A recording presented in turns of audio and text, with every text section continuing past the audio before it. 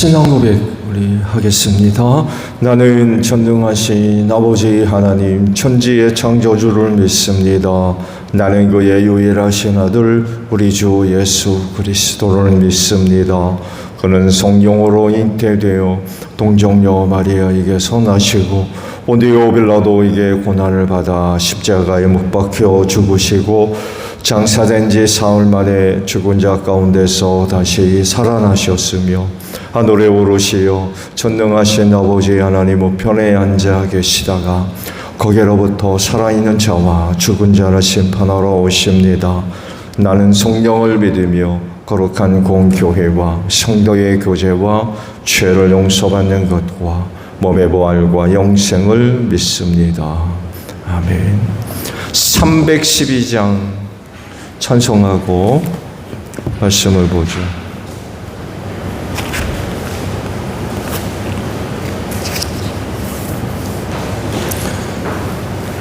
찬송가 312장이에요.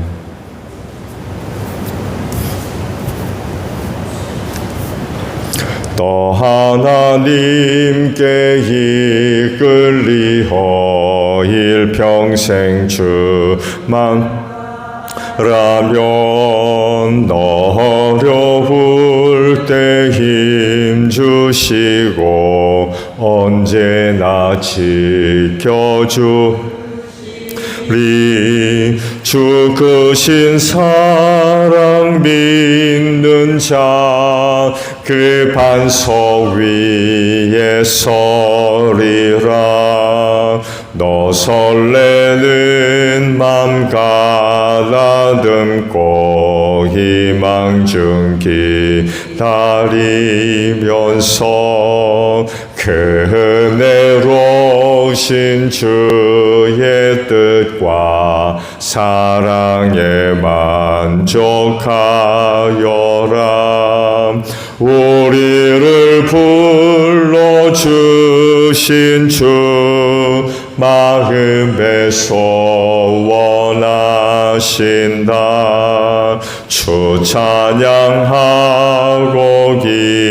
기도하며 네 번분 힘써 다하라 주 약속하신 모든 해 내게서 이루어지리라 잠들고 의지하는 자 주께서 기억하시리 아멘. 디모데전서 3장 1절에서 13절까지 말씀을 봅니다. 이 말은 옳습니다. 어떤 사람이 감독의 직분을 맡고 싶어 하면 그는 훌륭한 일을 바란다고 하겠습니다. 그러므로 감독은 책망할 것이 없으며 한 아내의 남편이며 절제하며 신중하며 단정하며 나그네를 대접하며 가르치기를 잘하며 술을 즐기지 아니하며 난폭하지 아니하고 너그러우며 다투지 아니하며 돈을 사랑하지 아니하며 자기 가정을 잘 다스리며 언제나 비움을 가지고 자녀들을 순종하게 하는 사람이라야 합니다. 자기 가정을 다스릴 줄 모르는 사람이 어떻게 하나님의 교회를 돌볼 수 있겠습니까? 또 새로 입교한 사람도 안 됩니다. 그리하면 그가 교만해져서 마귀가 받을 심판에 떨어질 위험이 있습니다. 감독 또한 교회 밖의 사람들에게도 좋은 평판을 받는 사람이라야 합니다. 그래야 그가 비방을 받지 않으며 악마의 올무에 걸리지 않을 것입니다. 이와 같이 집사들도 신중하며 한 입으로 두 말을 하지 아니하며 술에 탐닉하지 아니하며 부정한 이득을 탐내지 아니하며 믿음의 비밀을 깨끗한 양심에 간직한 사람이라야 합니다. 이런 사람들을 먼저 시험하여 보고 책망받을 일이 없으면 집사의 일을 하게 하십시오. 이와 같이 여자들도 신중하며 험담하지 아니하며 절제하며 모든 일에 성실한 사람이라야 합니다. 집사들은 한 아내의 남편이며 자녀와 자기 가정을 잘 다스리는 사람이라야 합니다. 집사의 직무를 잘 수행한 사람들은 좋은 지위를 얻게 되고 그리스도 예수를 믿는 믿음에 큰 확신을 얻게 됩니다. 아멘. 오늘 아침에는요, 일절에 있는 말씀이에요. 이 말은 옳습니다. 어떤 사람이 감독의 직분을 맡고 싶어 하면 그는 훌륭한 일을 바란다고 하겠습니다. 라는 말씀입니다. 오늘 아침에 주신 말씀들은 크게 두 가지로 나누어 볼 수 있죠. 교회 직분자와 관련된 말씀인데 상반절은 감독의 자격에 대해서, 후반부엔 집사의 자격에 대해서 쭉 이제 말씀을 하고 있습니다. 이런 그 내용들을 볼 때 초대교회는 교회 직분자를 세울 때에 매우 신중했었다는 것을 우리가 발견할 수가 있습니다. 눈에 띄는 누군가 아니면 누군가의 마음에 드는 사람, 이 차원이 아니라 그 자격의 기준들을 보게 되면 상당히 세밀하고 그야말로 거룩한 삶이죠. 거룩한 삶.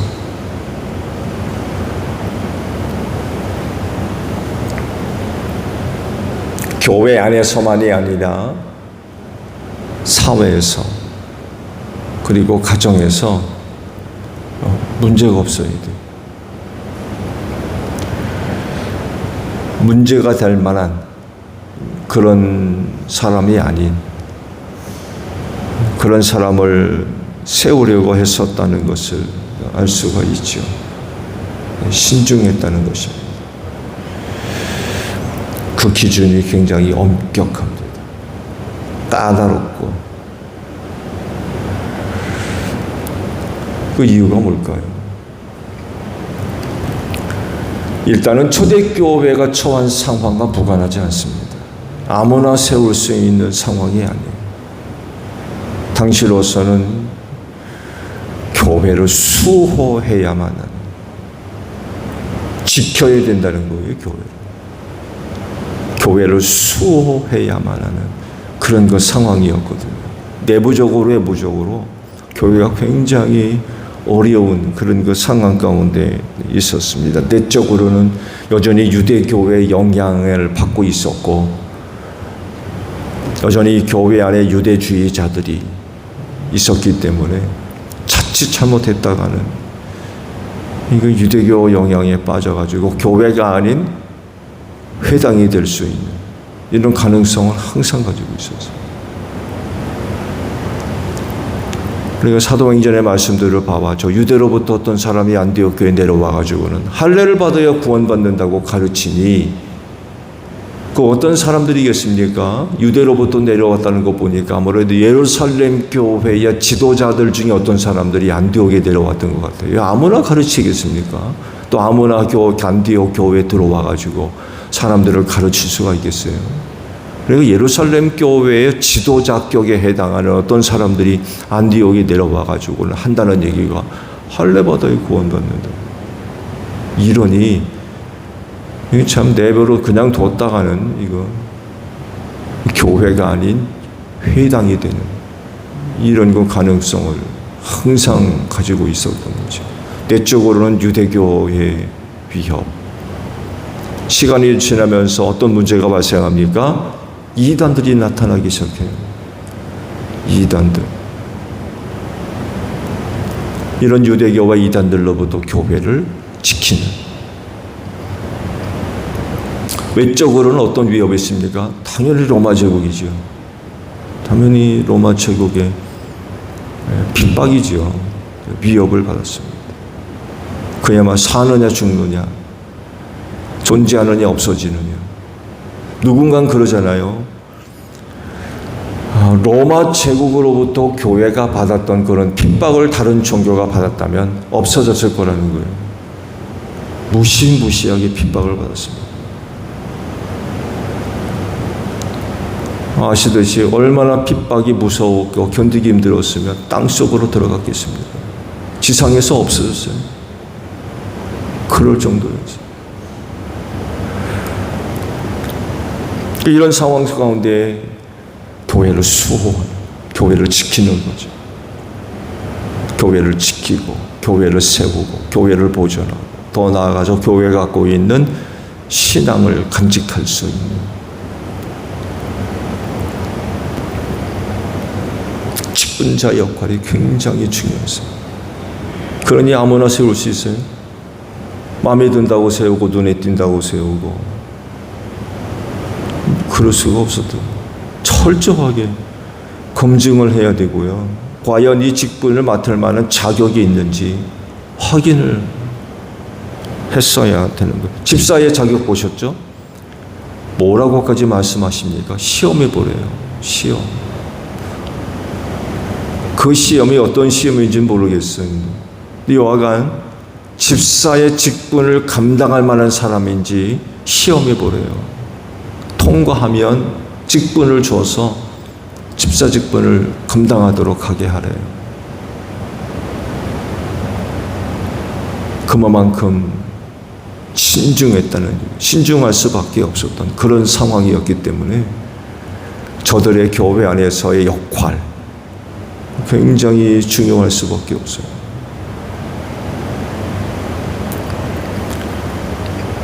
말씀에 있는 두 직분은 생소한 게 아닙니다. 사실은 교회만이 사용하고 있는 그런 단어도 아니고요. 또 그런 직분도 아니었고 또 자격을 기준하는 그런 내용들도 교회만이 갖고 있었던 기준도 아닙니다. 일반 사회적으로도 통용됐던 그런 이름이고요. 또 사회 일반적으로도 통용됐던 기준이기도 했습니다. 그렇지만 여기서 머무르지 않고 아무래도 교회이고 또 하나님께 영광 돌리며 하나님의 뜻을 실현해야 할 그런 그 교회의 입장이기 때문에 일반적 사회적 기준 이상이 되어져야 되죠. 하나님이 그렇죠. 하나님의 수준이 세상 기준입니까? 그렇지 않잖아요. 세상이 따라올 수 없는 훨씬 더 높은 수준의 가치와 거기다가도 거룩한 분 아닙니까? 달라야 되는 거죠. 세상 수준도 못 쫓아가는 그런 기준은 이건 말이 안 되는 거죠. 직분은 말씀드린 대로 일반 사회적으로도 널리 통용되고 있었던 그런 그 직분이고요. 사회에서 지도자들을 지칭하는 말로 사용되는 그런 그 말이기도 했습니다. 바울이 이렇게 통용되는 직분을 사용한 것이 아니라면 또 하나의 가능성은 유대교회의 영향입니다. 유대교회의 조직, 회당의 조직이죠. 유대교 회당의 조직. 이걸로부터 많은 그런 거 영향을 받은 게 사실이고요. 그렇다고 그러면 감독과 집사가 누구냐라고 할 때 당시 회당 안에서 조직하고 형성되어 있던 그런 그 부분들이 교회 안으로 들어온 게 아니냐 이런 그 주장도 하고 있습니다. 만약에 회당의 조직이 교회가 영향받은 것이라고 한다면 감독은 회당에서 이야기하는 장로입니다. 장로를 지칭하는 그런 그 의미로 이해를 하면 될 것 같아요. 그럼 집사는 뭐냐? 라고 할 때에 감독과 구분이 됩니다.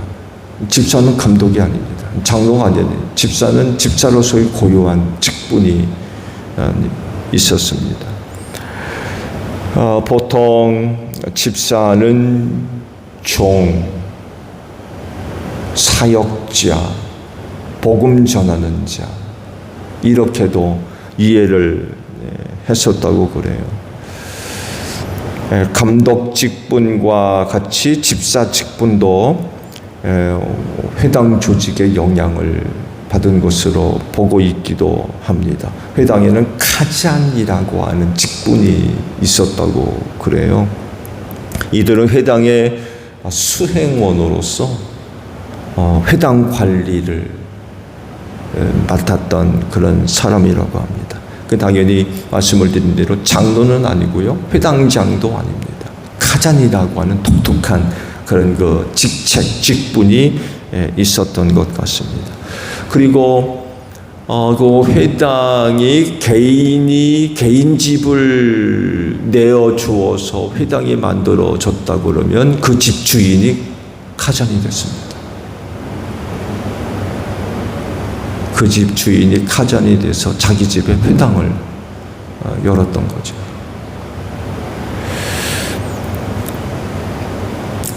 초대교회가 회당 조직의 영향을 받았다는 것을 우리가 인식을 한다고 그러면 아마 집사는 카잔과 비슷한 일을 맡은 사람들로 이해를 하면 좋을 것 같습니다. 때로 그 집사 직분은 주로 행정적인 일을 하거나 교회 관리를 담당을 했을 것으로 보고요. 초대교회 내에서는 일부 집사들은 초신자들을 교육하기도 했습니다. 초신자들을 대상으로 해서 가르치는 그 일들도 맡아서 감당을 했습니다. 오늘 아침에 주신 그 말씀을 보게 되면 누군가가 감독직을 맡기를 바란다고 하면 그는 훌륭한 일을 바란다고 할 수 있다라고 사도 바울이 디모데에게 이야기를 해줘요. 누군가가 감독직, 장로, 교회 장로직에 대한 희망을 갖고 있다고 하면 훌륭한 일을 한다고 이야기할 수 있다는 겁니다.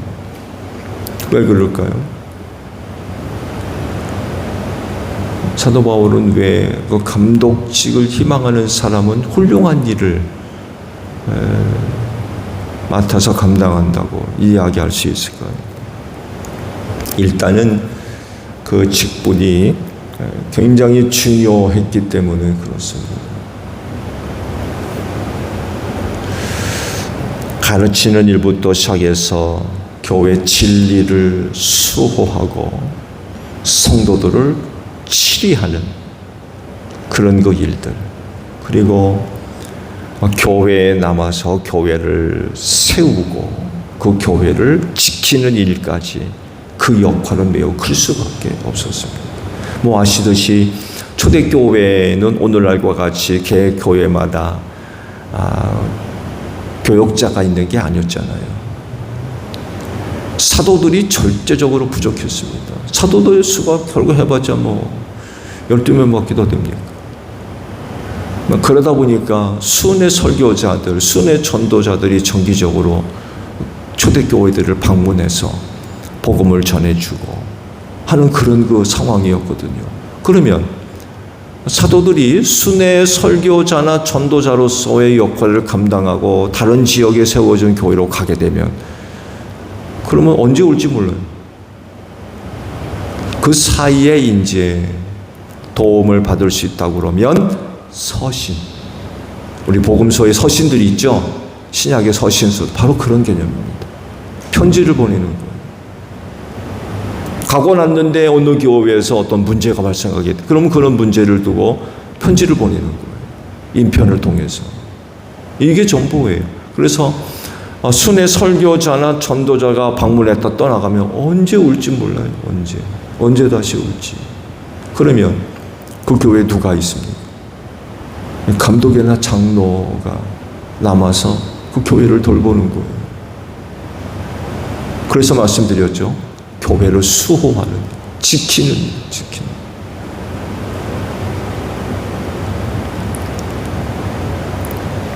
순회 설교자가 떠난다고 나도 나가고 너도 나가고 갔다가 왔다가 그럴 수가 없는 거예요. 세워진 교회를 지키고 세우는 일, 그 지역에 있는 그 장로, 감독이 세워져서 교회를 지키는 거죠. 수호하는 거. 세워진 교회가 없어지지 않도록. 그러니 그 역할이 얼마나 중요하겠습니까? 가뜩이나 내외적인 그런 거 안 좋은 상황 가운데 있었기 때문에 이건 정말 어떤 경우에는 정말 자기 목숨을 걸고 있어요. 자기 목숨 걸고.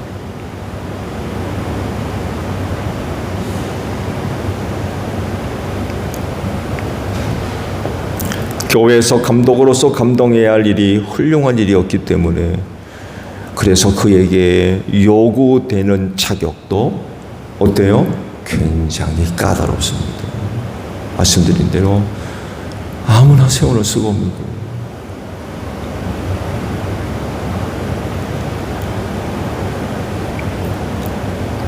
그만한 자격을 갖춘 사람이 세워질 때에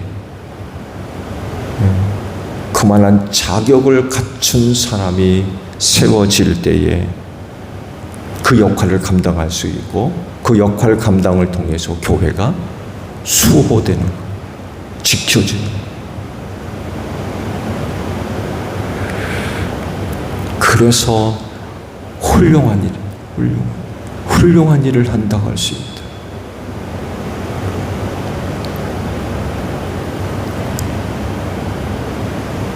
아시듯이 교회 누군가가 희생하는 사람이 있으면 그 교회는 절대로 없어지지 않습니다. 희생하려 하는 사람이 없을 때 그게 문제가 돼요. 교회를 통해서 자기 이득만 취하려고 그러지 희생하려고 하는 사람이 없다. 교회가 존재할 수 없습니다. 여러분 보세요. 교회가 예수의 몸이라고 그러셨는데 자기의 몸으로 삼으실 때 하신 일이 뭐예요? 어떻게 자기의 몸으로 삼으십니까? 자기 피값을 지불하시고 사셨대요. 자기 목숨값을 지불하고 교회를 사셨대요. 예수님도 교회를 세우시고 자기 몸으로 삼으실 때 자기 목숨을 내놨습니다. 교회가 이렇게 조금이라도 자기를 희생하는 감사람들로 의해서 존재가 되는 것입니다. 이런 사람이 없게 되면 교회는 더 이상 희망이 없는 거죠. 감독이 바로 이런 장로뿐이겠습니까? 교회 안에 있는 직분자들이 다 그렇습니다. 희생하려고 하지라는 자기 명예만 찾으려고 그러고 이득만 얻으려고 그러고 신리만 쫓으려고 그러고 그 명예가 뭐라고 그렇게 까다로운 자격 기준을 제시했던 이유는 직분자로서 그 교회 안에서 희생하지 않으면 안 되기 때문에 그래요. 생각해 보세요. 누가 교회를 왜 희생합니까?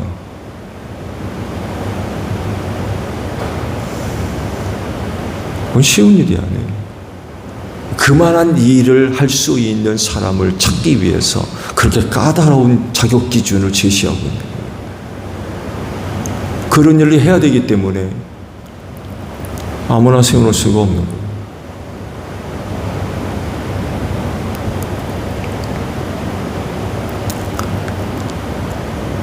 올해도 우리 교회가 직분자 계획들이 있죠. 기도하고 계시죠? 정말 훌륭한 일을 감당할 수 있는 사람이 세워지기를 위해서 기도하십시오.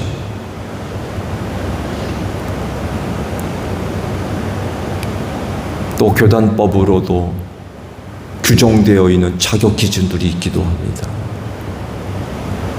어떤 사람이 자격이 있느냐? 성경적 기준은 오늘 보신 말씀이 그겁니다. 누구를 우리 교회에서 직분자로 세워야 될 거냐라고 할 때 이 말씀 펴십시오. 이 말씀 피고 묵상하시고 기도하십시오. 이런 사람들이 세워질 수 있도록.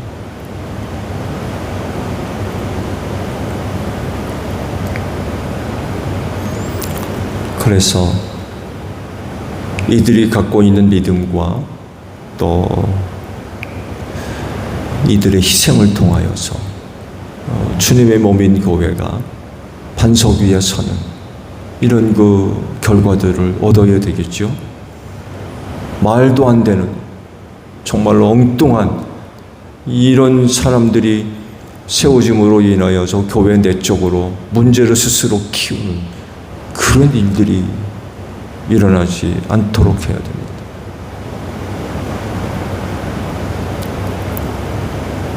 인간적인 어떤 이유 그런 건 있을 수가 없는, 누군가에게 하나님의 말씀이 이루어지는 그런 사람들이 세워져야 돼요. 오늘도 감독과 집사에 대한 자격 기준이 있잖아요. 이 말씀이 누군가에게 이루어지는 그런 사람들이 세워져야 돼요. 오늘도 교회 임직을 위해 기도해 주시기를 바랍니다. 주기도문 하겠습니다. 하늘에 계신 우리 아버지, 아버지의 이름을 거룩하게 하시며 아버지의 나라가 오게 하시며 아버지의 뜻이 하늘에서와 같이 땅에서도 이루어지게 하소서. 오늘 우리에게 일용할 양식을 주시고 우리가 우리에게 잘못한 사람을 용서하여 준 것 같이 우리 죄를 용서하여 주시고 우리를 시험에 빠지지 않게 하시고 악에서 구하소서. 나라와 권능과 영광이 영원히 아버지의 것입니다. 아멘. 기도하겠습니다.